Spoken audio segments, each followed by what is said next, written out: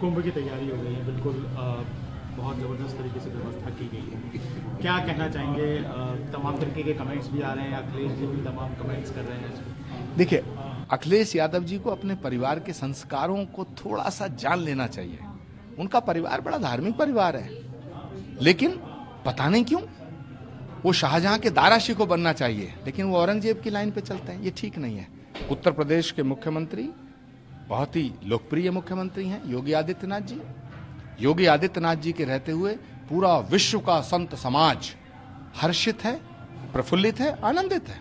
और मेरा पूरा विश्वास है कि ये कुंभ एक ऐतिहासिक कुंभ होगा, महाकुंभ होगा, और इस महाकुंभ से जो अमृत निकलेगा, मंथन के बाद जो अमृत निकलेगा, पूरे विश्व में सनातन की पताका फहराएगी। तो आहुति जो विश्व की शांति और उसके लिए दी गई है, भारत की तरक्की उन्नति के लिए, ये सनातन के लिए जो आज आहुति दी गई है, क्या ये हवन हुआ है? आहुति क्या दी गई है? देखिए, विश्व में शांति तभी रह सकती है जब विश्व में सनातन को मानने वाले होंगे। जब तक सनातन है तभी तक शांति है। सनातन के बिना न भारत की कल्पना की जा सकती है और न विश्व में शांति की स्थापना हो सकती है।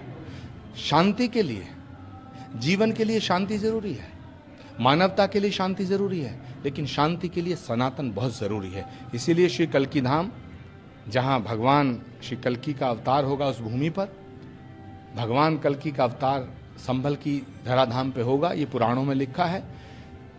भगवान के अवतार से पहले श्री कल्की धाम की स्थापना हुई है, प्रधानमंत्री जी के हाथों से उसका शिलान्यास हुआ है। तो आज हम सब लोग इकट्ठा होकर के संभल और सनातन पे चर्चा करेंगे कि सनातन का संभल से संबंध क्या है, संभल का पुराणों में उल्लेख कहाँ कहाँ है। आज सभी संत इकट्ठे हुए हैं श्री कल्की धाम में। एक चिंतन, मनन और मंथन होगा, सनातन और संभल, संभल और सनातन। आचार्य जी, वक्फ की बात करें, वक्फ के स्तर पे चौकी बनाई गई है, विरोध हो रहा है और गलत कागज प्रोड्यूस किए गए हैं। डिस्ट्रिक्ट एडमिनिस्ट्रेशन कह रहा है कि अननोन के खिलाफ उन्होंने एफआईआर भी दर्ज कर दी। देखिए, भारत का दुर्भाग्य है कि भारत में कुछ लोग ऐसे हैं जो भारत में पैदा होने वालों को, भारत में जन्म लेने वालों को सुभाष चंद्र बोस, विवेकानंद, ऋषि मुनि, महात्मा, उनका पाठ नहीं पढ़ाते, सरदार भगत सिंह का पाठ नहीं पढ़ाते, अशफाक उल्लाह खां का पाठ नहीं पढ़ाते। वो बाबर, औरंगजेब और तैमूर लंग का पाठ पढ़ाते हैं। तो भारत में जो पैदा हुआ है वो भारतीय है। भारत में जो पैदा हुआ वो हमारा वंशज है। जो भारत में पैदा हुआ वो बाबर का वंशज नहीं है, वो तैमूर लंग का वंशज नहीं है, वो औरंगजेब का वंशज नहीं है। तो भारत की भूमि भारत की है, ना इधर की है ना उधर की है। भारत की भूमि पे भारत का अधिकार है।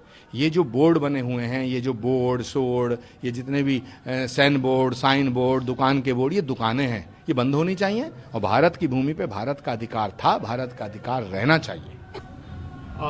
अरविंद केजरीवाल तमाम तरह की घोषणाएं कर रहे हैं संतों के लिए, जो है देखिए इलेक्शन के समय में सब कुछ याद आ रहा है। देखिए, अच्छी बात जो करे उसका स्वागत। संत महात्माओं को अगर वो सम्मान देना चाहते हैं तो मैं केजरीवाल जी का भी स्वागत करता हूं। संत महात्माओं का जो सम्मान करना चाहता, मैं सबका सम्मान करता हूं। ये भारत जो है, कहा जाता है कृषि प्रधान देश है, लेकिन मुझे लगता है ये ऋषि प्रधान देश है।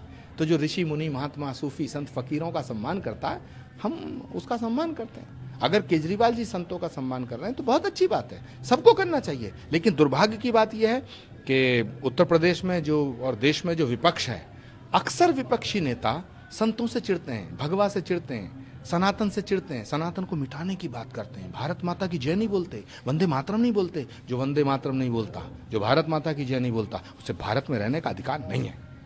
धनखड़ साहब उपराष्ट्रपति महोदय थे, बोल रहे थे कि उन्होंने कल एक प्रोग्राम में बोला है कि जहाँ भी सनातन हिंदू की बात होती है तो वहीं लोगों को दिक्कत शुरू हो जाती है, गुमराह करार दिया है ऐसे लोग।